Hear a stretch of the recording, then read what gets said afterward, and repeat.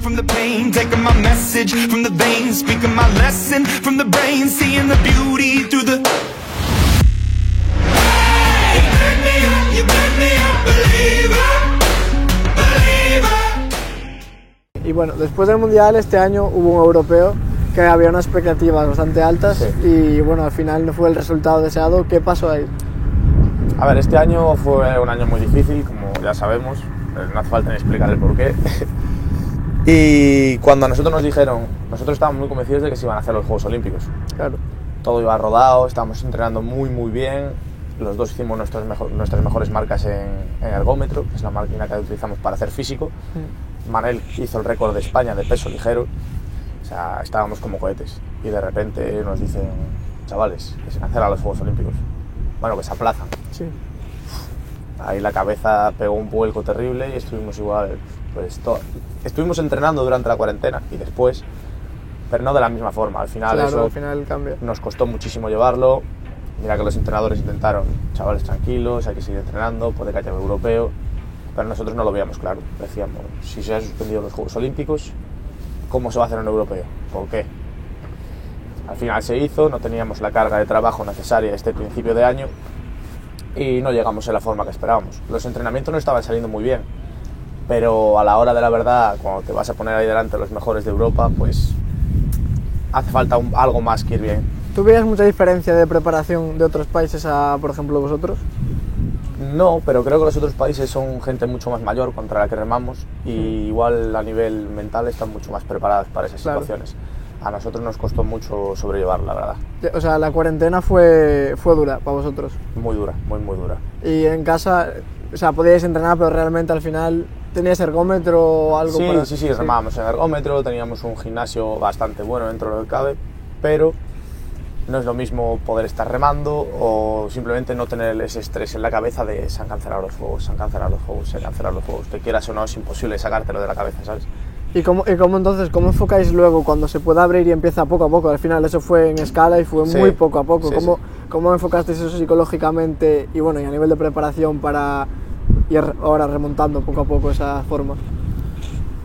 Pues supongo que intentando pasar páginas, ¿sabes? Al final nosotros entrenamos también porque nos gusta lo que hacemos. Entonces, dentro de lo malo de que se hayan cancelado los juegos, tuvimos que deshilachar cosas buenas, por decirlo así, y quedarnos con que somos la pareja más joven que está compitiendo a ese nivel, que todavía tenemos mucho más margen de mejora que nuestros rivales y que igual hasta nos ha venido bien que los juegos se hayan aplazado un añito más. ¿Crees que es a favor vuestro que se haya aplazado? Quiero creer que sí, y espero que sí. Ahora en enero o febrero, cuando empecemos a hacer los tests de ergómetro y las tiradas en el agua, pues se verá si de verdad estamos yendo mejor o nos hemos quedado igual o peor, que también puede ser. Claro, sí. ¿Y cómo enfocáis el Tokio? ¿Qué posibilidades veis vosotros en Tokio? Realmente vemos posibilidades vemos muy posible una medalla. ¿Sí? Por cómo estábamos compitiendo, quitando el europeo, yo este campeonato de Europa es una regata que prefiero como olvidar, por decirlo así. Al final son aprender en qué fallamos para hacerlo tan mal en esa regata, pero esa regata olvidarla un poco, porque si no, lo vamos a ir arrastrando y a la hora de la siguiente competición va a ser difícil llevar un barco al lado y decir, ahora hay que apretarle, no, estos ya me ganaron, me van a volver a ganar. Claro. Entonces, Tokio sinceramente lo afrontamos con mucha ilusión y con ganas de que, no solamente con ganas, sino con posibilidades reales de hacer una medalla. ¿Y cuáles son esos 2-3 embarcaciones que sean esos rivales a batir que tienen más opciones en Tokio? El problema es que no son 2 o 3, es que somos como 12 que estamos en 1 segundo, 2 segundos, hablando del campeonato del mundo del año pasado. Te digo, los 3 el barco que se quedó fuera de la final A, que clasificaba directamente para los Juegos Olímpicos en el Mundial de Linz, fue por 0,0, no sé, 3 décimas o algo así. Por muy poquito, te hablo de que es esto, en distancia, muy poco. Vale, pues yo te voy a preguntar respecto a eso. Al final son tiempos muy apretados. ¿Qué crees que es lo que marca más la diferencia en una regata o en un campeonato a lo largo del día? Son varias, ¿no? Sí. Para quedar de primero o quedar de duodécimo. Es que es tan complicado de saberlo. Para mí, sinceramente, es la cabeza. porque en nuestra categoría, en el peso ligero, al final todos competimos muy parecido, o sea, todos tenemos que pesar lo mismo, más o menos en las mismas condiciones físicas, etc. No es como en peso pesado, que te puedes encontrar con un tío de 120 kilos y con otro de 80, no tiene nada que ver. Entonces, los entrenamos de la misma forma, prácticamente. Unos países hacen cosas un poquito distintas, otros iguales a nosotros. Entonces, ¿qué es lo que marca la diferencia? Que cuando vas así y ya no eres capaz ni de moverte, te duelen las piernas, te sale la boca sangre y ya vas que no sabes ni dónde estás, pues decir, sigue, hasta que... Y en esos momentos, ¿a ti qué te viene a la cabeza? Porque todos tenemos algo en esos momentos más complicados, pues ya sea de un combate, de una regata, de un partido. ¿Qué te viene a ti a la cabeza en esos momentos? Pues antes me venían muchas cosas, principalmente párate. El párate es algo que en remo siempre llevas aquí en plan, ¿qué estás haciendo? O sea, te estás reventando, para. Y la cabeza realmente te dice, párate. Pero en ese momento tienes que decirle, no me voy a parar. O sea, estoy entrenando para esto, esto es lo que yo quiero, esto es lo que me gusta y hay que apretarle. Yo se lo agradezco muchísimo al psicólogo que nos llevó, que estuvo con nosotros en Lead, porque me enseñó una técnica que yo se la recomiendo a cualquier deportista, que se llama disociación. Sí. Y a mí me encantó, sinceramente. Porque... ¿Y de qué se trata? Explícanos un poco, ¿cómo la enfocas tú? Sí, cuando empiezan esos malos pensamientos de me pica las piernas, me duele la cabeza, ya no soy capaz de ir cómodo, pues en vez de seguir pensando en esos pensamientos negativos, intentar olvidarte de ellos y pensar en otras cosas, por ejemplo, en qué vas a hacer al terminar. Por ejemplo. Salir de ese dolor, por decirlo así, y poner la cabeza en otra cosa. Cambiar el enfoque. Exactamente, o pensar, joder, qué guay aquel día que estábamos entrenando y el barco iba tan bien, y te pones a pensar en cómo iba aquel día. Y parece una tontería, pero después de practicarlo, sirve mucho. No, y al final pues lo vas practicando, vas pensando en otras cosas y los brazos empiezan a ir más, las piernas también, al final sí que se nota esa diferencia. Sí. Y comentabas un poco el tema de los pesos, ¿a ti te cuesta estar en ese peso ligero? En los primeros años de peso ligero no me costaba, pero poco a poco al final con los entrenamientos vas ganando más masa muscular, vas creciendo, entonces estos dos últimos años sí que me viene costando más de la cuenta. Por eso mismo este año, no sé si lo habéis visto por las redes sociales y demás, estoy contando también con la ayuda de un nutricionista. ¿Y cuánto tienes que pesar de máximo? ¿O la marcación? No sé cómo funciona. Yo podría pesar 72 kilos si mi compañero pesara 68, que no es el caso. Claro. Que Manel sí es cierto que normalmente me regala 500 gramos o así, que aunque parezca una tontería que dices 500 gramos. No, sí que ayuda. Me da la vida, sinceramente. Sí. No, yo creo que deporte de contacto te digo yo que claro. Al final... Yo peso 70 y medio y él 69 y medio aproximadamente. Os compensáis los dos más o menos. Sí, porque Manel al final es un poquito más alto que yo, pero es así. Sí. Es un fideo el cabrón, ¿sabes? Entonces le cuesta un poquito menos que a mí bajar el peso. ¿Y cómo lo estás enfocando a nivel nutricional? ¿Notas mucho la diferencia de, al final, pues te organizabas tú esas bajadas? Sí. ¿Notas mucho esa diferencia de trabajar con un profesional? Sobre todo lo noto, no en que baje más rápido, porque yo tengo hecho verdaderas burradas de bajar, pues yo qué sé, 6 kilos en una semana, ¿sí? En 2 semanas. Y claro, eso lo que notas después es que vas muerto, que vas fundido, te mareas, te tienes que agarrar cuando te levantas de cama, etcétera. Y lo que noto, estómago también, te metes después del pesaje, no sé qué. Sí. Con este tío lo que estamos consiguiendo es que no me falta energía en ningún momento, ¿sabes? Muy importante. Como a lo largo de todo el día, hago 7 comidas diarias, estoy bajando súper rápido de peso. Bueno, ahora en Navidades creo que no porque tengo permisitos. Pero la verdad es que el tiempo que estuve haciendo la dieta, y ahora seguiré, me di el permiso del día 24 y el 25. Y muy bien, sinceramente. Además estuvimos entrenando en altura, como sabéis, y allí normalmente te notas flojo, porque al final es mucho más complicado entrenar en Sierra Nevada y demás. Y cero problemas, tío. Yo la verdad es que estoy encantado con la dieta. No, y al final lo que te permite una dieta y nutricionista es el no enfocar el entreno a bajar de peso, sino a los objetivos de rendimiento que tú tengas, que eso es al final lo más importante. Tú entrenas porque te gusta y para tus objetivos, no para bajar de peso, que al final es algo que sí que va tirando poco a poco. Además es algo que me producía mucho estrés mental. Sobre todo también, muy psicológico también, sí. Vale, vamos a cambiar un poco de tema. Quiero que me hables ahora un poco de cómo ves el futuro del remo español, en las categorías inferiores. Pues lo tengo dicho varias veces y yo creo que el objetivo de la generación que estamos ahora aquí es intentar que el remo se convierta en un deporte lo más conocido posible. Estamos consiguiendo resultados muy buenos, que hacía mucho tiempo que no se conseguían, tanto por la calidad humana como por los técnicos, como por la organización que está viendo de todo eso. Porque al final, si uno de los 3 eslabones falla, una federación no sale, claro. Ya sea o por entrenadores, o por remeros, o por cómo organizan los de arriba. Yo creo que están haciendo las cosas bastante bien, siempre se pueden mejorar, pero no tengo quejas, sinceramente, desde ese punto. Y a mí lo que me gustaría es eso, que las futuras generaciones que vienen se encuentren con algo mucho más llano de lo que nosotros nos encontramos. Sí, pues que las cosas ya se sepan hacer, que sabemos que en este punto hay que hacer estas cosas para que salgan bien. Y sinceramente creo que va a haber un cambio bastante gordo. Ya te digo, yo creo que ese cambio ya empezó, sobre todo por los sorteos que hicimos estos días que estamos haciendo. Sí. El remo tuvo un nivel de tirón increíble. Sí. El sorteo tuyo fue el que más con diferencia. No sé si ahora mismo rondará los 300 participantes en un día solamente. Y sobre todo chavales del equipo nacional, pues eso, junior, cadete, remeros, me fui fijando y sí que ese tirón pues sí que se nota.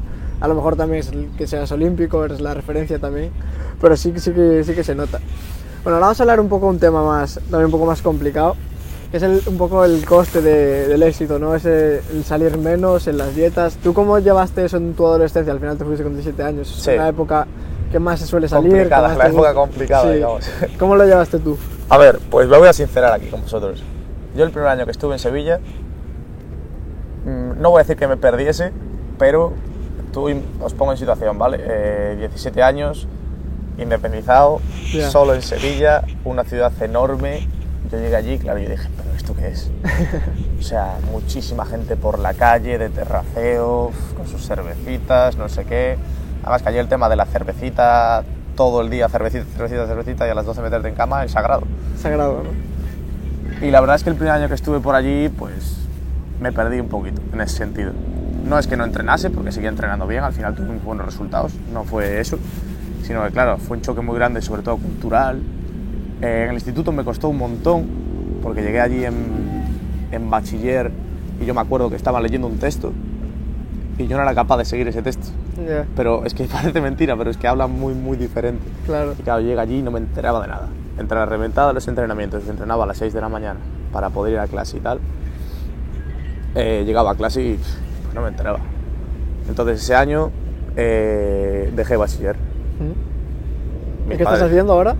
Yo terminé el grado superior de Ciencias del Deporte, que lo hice allí en Sevilla, que fueron 2 años, y después me metí en fisioterapia. Pero fisioterapia fue el año que íbamos para la clasificatoria y vi que no me daba, sinceramente.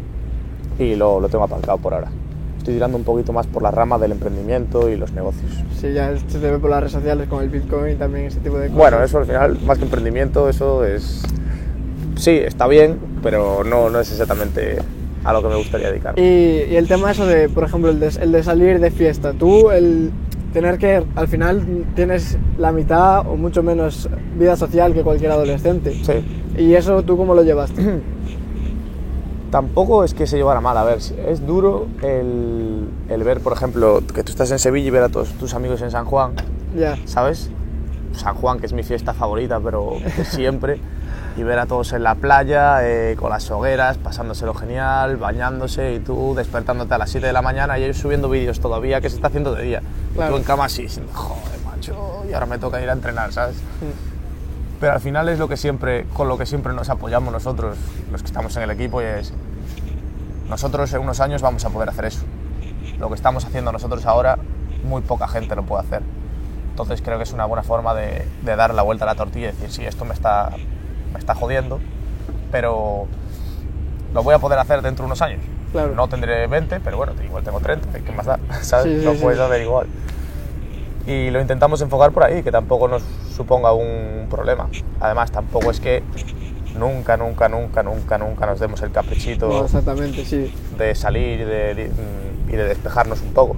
Al final es saber organizarse también, saber cuándo es un tiempo para entrenar, otra para cuando toca una cosa, cuando toca la otra. ¿Y cuál es tu hobby así que te gusta más hacer cuando tú tienes ese tiempo libre?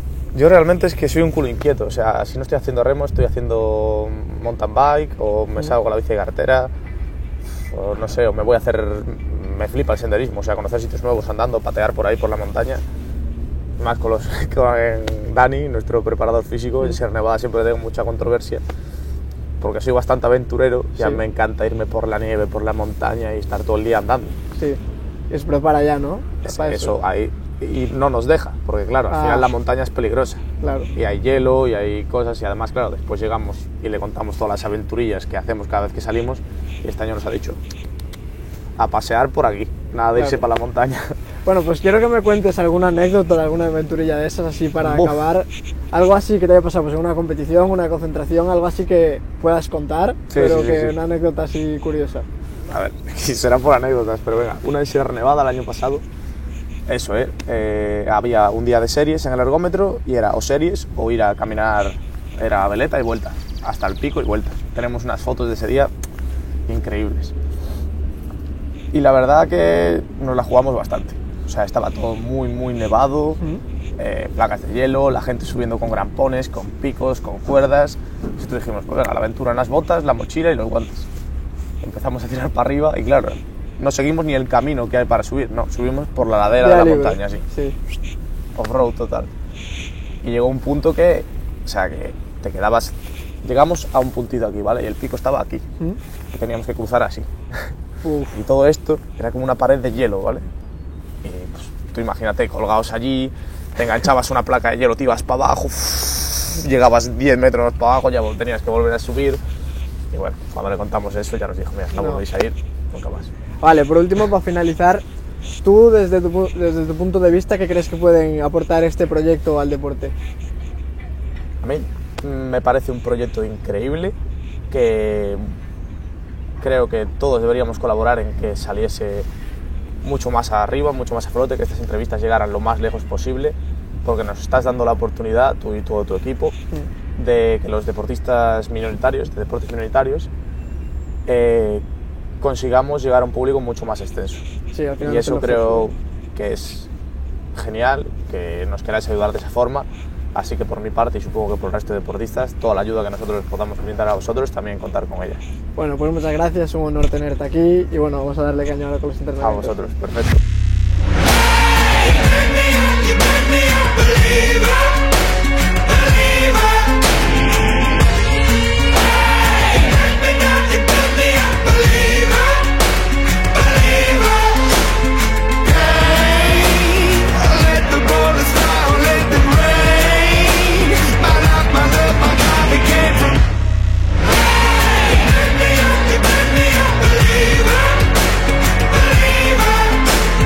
Last days last by the grace of the fire and the flames. You're the face